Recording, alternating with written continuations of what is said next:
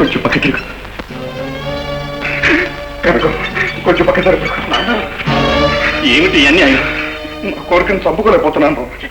కొడుకులతో బుద్ధి చెప్పించుకునే నీచాన్ని దిగజారిపోయారనమాట. తప్పురా తప్పరా తప్పరా. కర్మ కర్మ. ఈ వయసులో కూడా ఏమిటి పాడుబుద్ధులు? ఎవరైనా చూస్తే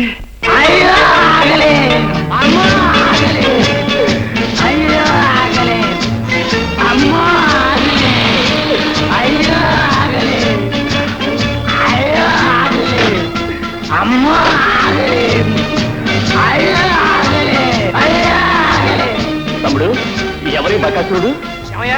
ఆకలి ఆకలంటే రోడ్డు మీద అరుపులేమిటి, ఆ అన్నం ఏమిటి, ఆ కూరలు ఏమిటి? ఏం డాక్టర్ అయ్యా నువ్వు? ఒళ్ళు తగ్గడానికి మందేవయ్యా అంటే ఆకలి ఎక్కువయ్యేందుకు మంది ఇచ్చావు. సేరు 4 రూపాయలు అమ్ముతుంటే ఎన్ని సేర్లు కొనేది, ఎన్ని సేర్లు వండేది? అన్నం వండి వండి ఏనుగులాగా ఉండే నా పెళ్ళం పిచ్చుకులాగా అయిపోయిందయ్యా. అమ్మా ఆకలి, అయ్యా తమ్ముడు దగ్గరికి వెళ్ళకరా, నిన్నే తినేసేలా ఉన్నాడు. వింతగా ఉందే. ఏం డాక్టర్ అయ్యా నువ్వు? పొట్లకాయలంటే నా పాము తోటకూరు కాడలాగా చిక్కిపోయింది. పాము లేదంటే నా జీవితమే లేదయ్యా. విట్లాచార్ పిక్చర్లో దీన్ని బుక్ చేశానయ్యా, అడ్వాన్స్ కూడా తీసుకున్నానయ్యా. నా పాముకు మంచి మంది ఇవ్వయా అంటే నా బతుకులో మన్ను పోసా కదయ్యా. నేను మంచి మంది ఇచ్చానే, అయినా నీ పావు ఎలా చిక్కిపోయిందబ్బా? అవును, ఆ రోజు నువ్వు నా దగ్గర దగ్గు మందు ఇస్తున్నావు కదా?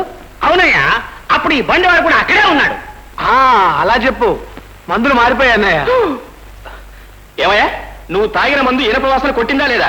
ఎనప వాసన కాదు, తుప్పు వాసన కొట్టింది.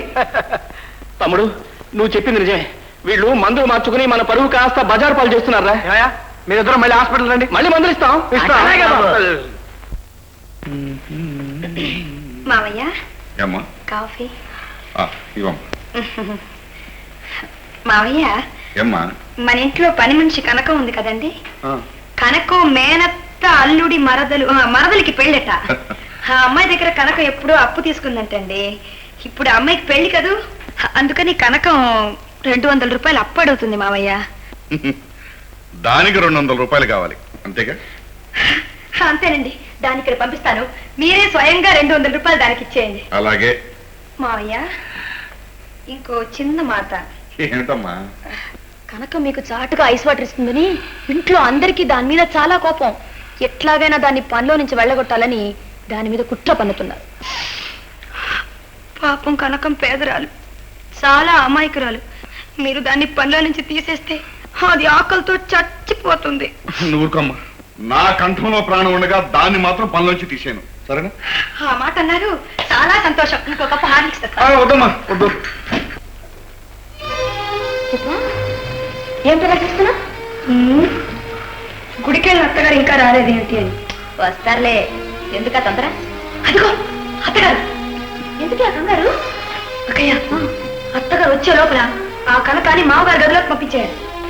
ఓహో, అర్థమైంది. అత్తగారు ఏం చిత్రక్క, నువ్వు 200 రూపాయలు అడిగావు కదూ? అవును, ఇస్తారక్క. నేను మామగారితో చెప్పాను, ఆయన తప్పకుండా ఇస్తానన్నారు. గదిలోకి వెళ్ళి తీసుకో. ఎవరితో చెప్పకు, తుడిచేసి వెళ్తానక్క.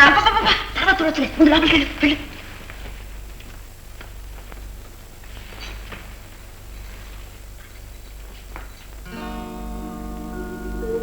అత్తయ్య అత్తయ్య, మామగారు గదిలోకి వెళ్తున్నారా?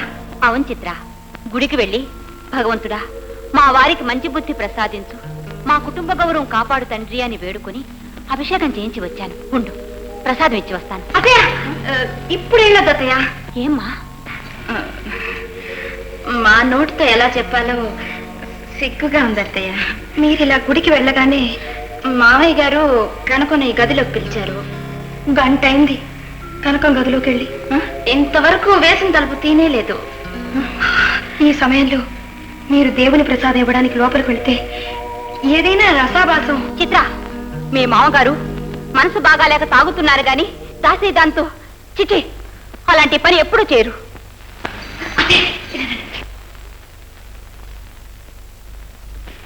చూస్తూ ఉండండి.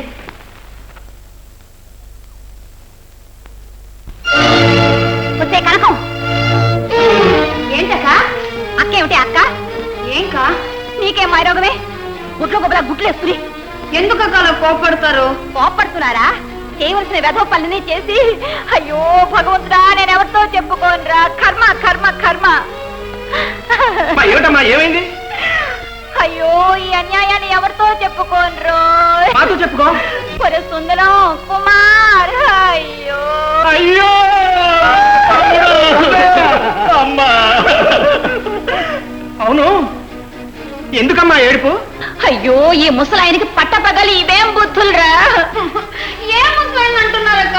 నరికేస్తాను. చేయవలసిన వెధవ పనులని చేసి మాట్లాడుతున్నావా? అయ్యో అమ్మా అసలు విషయం ఏమిటో చెప్పకుండా ఊరికి అరుస్తుంటే ఏం తెలుస్తుంది? అసలు ఏం జరిగిందో చెప్పమ్మా. అది నీతో ఎలా చెప్పనురా? ముందు దీన్ని మెడబట్టి బయటికి గంటే. ఎందుకక్క నన్ను గంటేమంటున్నారు? నేను బుద్ధిగానే ఉంటున్నాను కదా. నోరు మీదే. రామరామ రామరామ. శనివారం అందులో పట్టపగలు. భగవంతుడా నోరు మీరా. ఏదో జరిగింది. ఏంటది? వసూలు డాక్టర్ బావా, డబ్బు అవసరం వచ్చి ఈ యజమాని బావ దగ్గర 200 అడిగి తీసుకున్నాను. మీరంతా ఇలా అపార్థం చేసుకుంటారని తెలిస్తే నేను అడిగి ఉండేదాన్ని కాదు. ఇదిగోండి. అసలు విషయం బయటపడేసరికి ఏడు పొందలెట్టావా? నక్క గుంట నక్క. ఏమిటి ఏమిటి గోళ? ఏం జరిగింది? యజమాని బావా, చాలండి. మీరు చేసిన ఘనకార్యం చాలక పైగా వెనకేసుకొస్తున్నారు. రామరామ రామరామ కనుక నువ్వు పోయే. చూడండి యజమాని బావా, అందరు నన్ను పో అంటున్నారు. నేను కనకం, వెళ్ళిపోతాను. ఆగు. తానెందురా పొమ్మంటున్నారు? అదేం తప్పు చేసిందిరా? మీ అమ్మకం ముసల్తనం వస్తుంది. ఆరోగ్యం అంతంత మాత్రం. నా అతిగతి అది చూడలేకపోతుంది. పాపం కనకం బావా, యజమాని బావా అంటూ నాకు ఏం కావాలంటే అది ఇస్తూ నా అవసరాలన్నీ తీరుస్తుంది. ఇప్పుడు దాన్ని పొమ్మంటే నేను ఏం కావాలరా? విన్నావురా సుందరం, నాకు ముసలితనం వచ్చిందట. చూడండి అన్న, మీరు ఈ వయస్సులో అయ్యో అయ్యో కనుక నువ్వు పోవే. కనకం ఇంట్లోంచి వెళ్ళడానికి వీలేదో నేను వెళ్ళనివ్వను. దాన్నే ఉంచుకోండి, నేను వెళ్ళిపోతాను.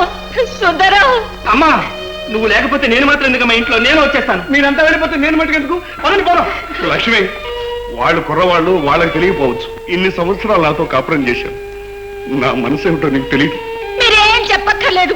రండ్రా రండి. ఆగండి. మీరెవళ్ళు వెళ్ళనక్కర్లేదు. మనలో మనస్పర్ధలో మనలోనే ఉండనివ్వండి. ఇన్నాళ్ళు నలుగురిలో ఊహో అనిపించుకున్న నా కుటుంబం నా వల్ల నవ్వుల పాలు కావడం నాకు ఇష్టం లేదు. మీ అందరికీ కానివాడిని నేనేగా. నేనే అవుట్ హౌస్ లో ఉంటాను కనుక